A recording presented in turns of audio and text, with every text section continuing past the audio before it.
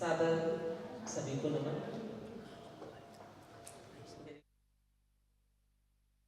हमारे अध्यक्ष भ्राता, मुझे कुछ बोलना एक हेजिटेशन तो फील होता है जिनसे सीखा है।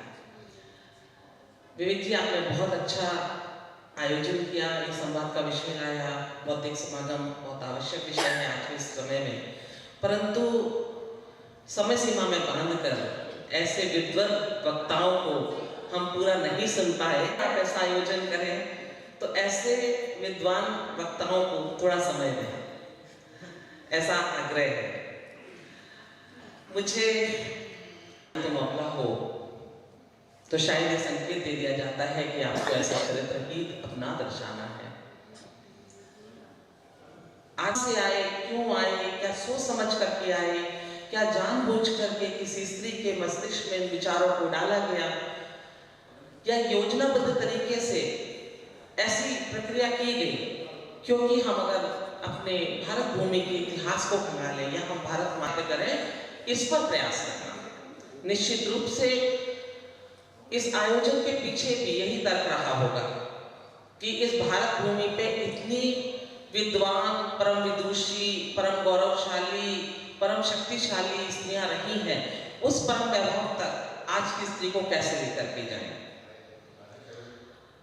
ये इस भारत भूमि पर जिन वेदों में मंत्रों की रचना महिलाओं ने की है, जहां पे ऋषिकाएं गिनती में नहीं है, हम अगर गिन पाते हैं तो 15 से 16 नाम गिन पाते हैं।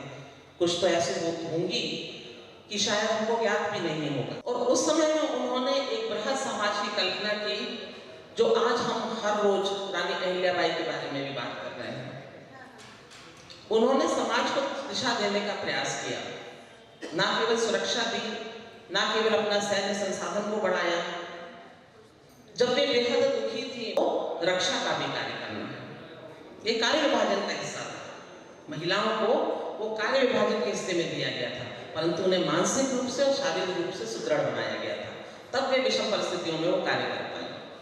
फिर विगत के काल में एक तीसरी स्थिति तब बनती है जब हम स्वातंत्र की लड़ाई लड़ रहे थे। पुरुषों ने उनको घरों के अंदर, देहरी के अंदर नहीं किया, ये महिलाओं ने स्वयं निर्णय लिया कि हम आपको स्वतंत्र करते हैं, कि आप जाकर के इनसे लड़ो, समाज में जागरण का काम करो, पीछे से हम आपको सहयोग करेंगे। हमारी हमने संकलन करते समय पाया कि हजारों हजार वीरांगनाएं ऐसी हैं जिनके बारे में इतिहास में चर्चा नहीं है, जिन्होंने घर की ड्योढ़ी के अंदर रहते हुए स्वातंत्र की लड़ाई लड़ी है। अब एक समय आता है कि स्वतंत्रता के बाद जब हमारे संविधान की रचना हुई, 14 परम विदुषी बहनों ने संविधान के लेखन में अपना विशेष योगदान दिया और उस पर अपने तर्क रखे। ये विषय और ये समय वैसा ही है जैसा कि समुद्र मंथन हुआ था। समुद्र मंथन के समय विशाल समुद्र था, वासुकीनाग को रस्सी बनाया गया था और मंथन चल रहा था।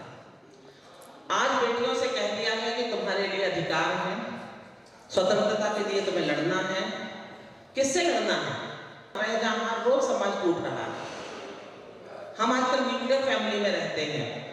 अगर आज एक बहन से कह दो कि 4 लोग आ रहे हैं, भोजन बना लो, आपके परिवार में तनाव हो जाएगा।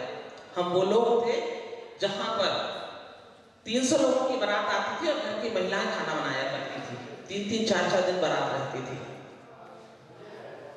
तो ये जो कानून है और ये जो अल्प ज्ञान है और जो इनको वास्तविक जो शिक्षा होना चाहिए, हम सर्टिफिकेट एजुकेशन में उनको ढकेल दिए हैं। केवल सर्टिफिकेट एजुकेशन तक बालिकाएं हैं और पाश्चात्य सभ्यता का अनुकरण करते हुए केवल क्लबों की संस्कृति तक सीमित हो गई हैं।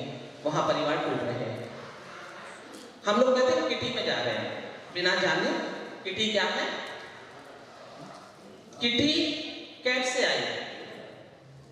विदेशों में मुझे उस टाइटल की बात होती है, अगर ऐसा व्यक्ति होता है जो केवल छीनकर ही खाता है, यानी कि पीछे भागता ही जाता है और आपके ही घरों में गोल और छेदे कर देता है, उसे कहते हैं माउस, यानी सबसे बेकार आदमी। तो कैट के लिए तो अवधारणा ही ये है कि मिलेगा तो खाएगी, नहीं तो लेके खा लेगी, नहीं तो छीन के खा लेगी। उस तक जाकर के भारत के सम्मान के लिए, परिवार के सम्मान के लिए, समाज के सम्मान के लिए काम किए हैं। आप हमारे सामने जो विदुषी बहनें बैठी हैं, ये उदाहरण है। मंच पर जो 2 विदुषी बहनें बैठी हैं, ये उदाहरण है। वाले समय में बहुत अच्छा और अनुकूल करेंगी, इसके प्रयास शुरू हो चुके हैं। आज अगर आप एक दृश्य देखें तो बेटियां क्लबों से ज्यादा मंदिरों में पाई जाती हैं। क्योंकि जब महिलाएं आ से आम लिखती हैं तो सबको बहुत स्वाद आता है, लेकिन जब वो आ से अधिक